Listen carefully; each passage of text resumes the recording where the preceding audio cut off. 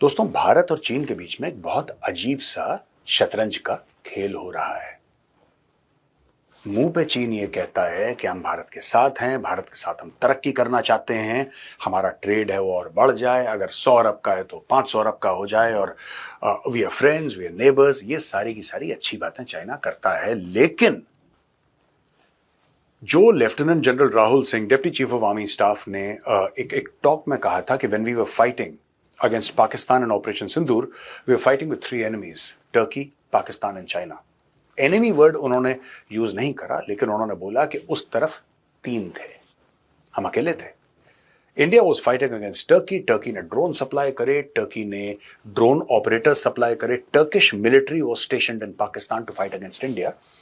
पाकिस्तान तो था ही, और उसके अलावा चाइनीज ने या चाइनीज पीएलए ने या चाइनीज गवर्नमेंट ने पूरा सपोर्ट करा, इंटेलिजेंस से लेकर सैटेलाइट इमेजरी से लेकर, ये lieutenant general Rahul Singh sir ने बोला।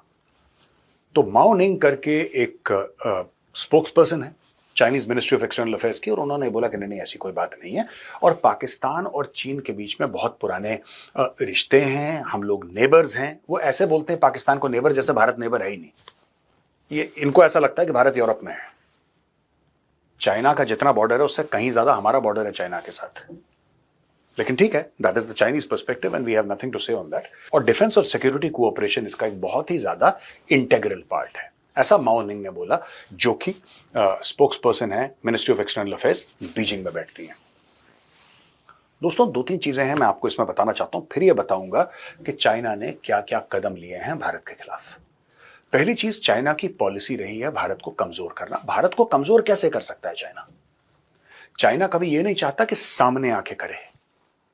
जो चाइना ने गलवान में हरकत करी या डोकलाम में हरकत करी, वो इसलिए करी क्योंकि इंटरनल पॉलिटिक्स जो बीजिंग की है वो डिक्टेट करती थी कि शी जिनपिंग को एक स्ट्रॉन्ग मैन की तरह पेश किया जाए। आसिम मुनीर ने भी वही करा जो शी जिनपिंग ने करा था। दोनों के काम करने के तरीके में ज्यादा फर्क नहीं है, जैसा बाप वैसा बेटा। मैं आपको समझाता हूं। देखिए, जब डोकलाम का वाकया हुआ, ठीक है, या हम तवांग की बात करते हैं, हम गलवान की बात करते हैं, ये हुआ क्यों?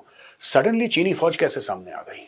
सडनली चाइनीज आर्मी के साथ झड़प क्यों शुरू हो गई इंडियन आर्मी की? ये किसने ट्रिगर करा? ये गलती किसकी थी? इसके कारण क्या थे? क्या सडनली चाइनीज आर्मी को एहसास हुआ कि भारतीय सेना उसकी दुश्मन है या भारत उसका दुश्मन है? नहीं दोस्तों, बात यह है कि यह हमने द चाणक्य डायलॉग्स में भी कवर करा था पहले। चाइना के अंदर बहुत ज्यादा दबाव है शी जिनपिंग के ऊपर, और चाइना में तख्ता पलट जैसे एक माहौल बन रहा है, जहां पे शी जिनपिंग G20 में दिखाई नहीं दिए। ब्रिक्स, जिसका फाउंडिंग मेंबर है चाइना, इंडिया भी फाउंडिंग मेंबर है, ब्राजील भी फाउंडिंग मेंबर है, रशिया भी फाउंडिंग मेंबर है, राइट? चाइना दिखाई नहीं दिया वहां पे। जो ब्राजील का समिट हुआ था अभी ब्राजील के अंदर, मोदी जी जिसमें थे, China was nowhere to be seen, Xi Jinping was nowhere to be seen. वो गया नहीं वहां पे। और भी कई सारी ऐसी चीजें हुई जहां पे शी जिनपिंग दिखाई नहीं दिया। डोनाल्ड ट्रंप ने इनवाइट करा था अपने इनॉग्रेशन में कि सब आप आइए, फॉर्मल इन्विटेशन भेजा, उसने मना कर दिया। अब उसने मना करा कि उसको मना करवाया गया, ये तो चाइना की बात है भैया, हमें कभी पता नहीं चलेगा। लेकिन एक बात तो तय है, ये बात तय है कि तख्ता पलट की कोशिशें हो रही हैं।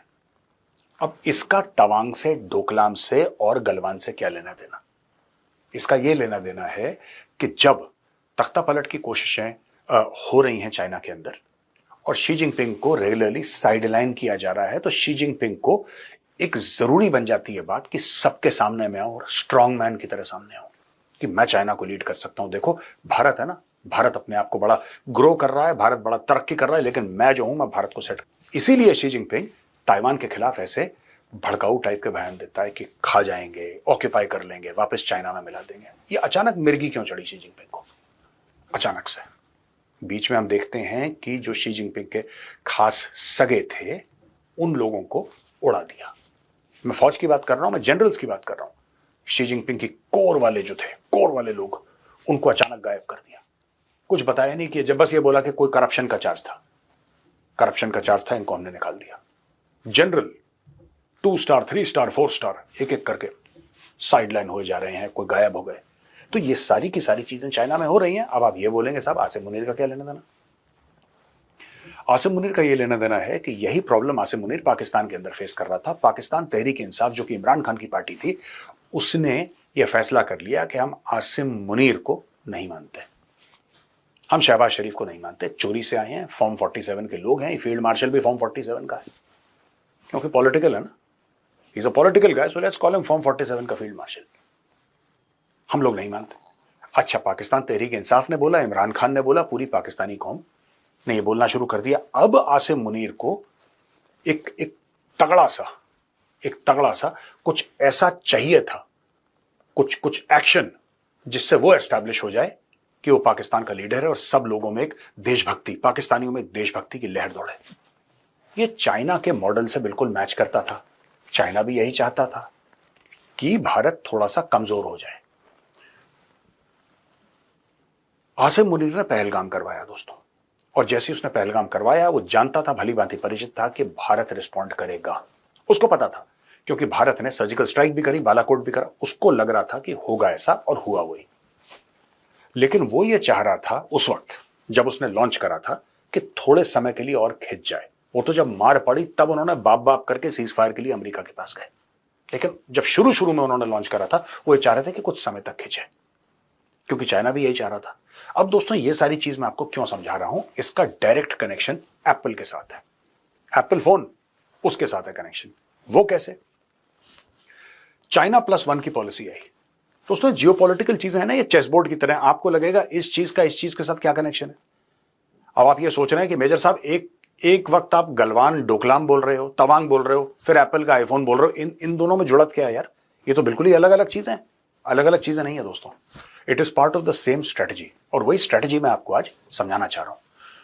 चाइना अचानक एक फैसला लेता है कि भारत के अंदर, साउथ इंडिया में, खासतौर से तमिलनाडु में, फॉक्सकॉन जो कि एक ताइवानीज कंपनी है, फॉक्सकॉन के प्लांट हैं जो कि टाटा के साथ भी उनका टाई अप है और अलग कंपनियों के साथ टाई अप है, और इनके प्लांट्स हैं यहां पे, कि वो एप्पल के फोन भारत में बनाते हैं। लेकिन वो जो कारीगरी है वो इतने सालों से चाइनीज बना रहे हैं, तो हमें तो वो कारीगरी सीखने में समय लगेगा।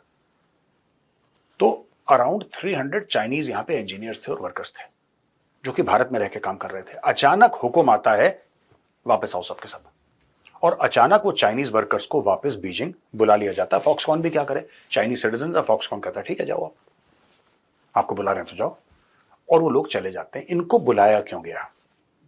इनको बुलाया इसलिए गया क्योंकि एप्पल ने एक अनाउंसमेंट करी थी दोस्तों कि 2026 में हम ये चाहते हैं कि सारे के सारे आईफोन भारत में बने, या सारे के सारे नहीं भी तो मेजॉरिटी आईफोन्स भारत में बने। ये चाइना कैसे टॉलरेट करता है? क्योंकि एप्पल से बड़ा मोबाइल फोन में कोई ब्रांड नहीं है दोस्तों।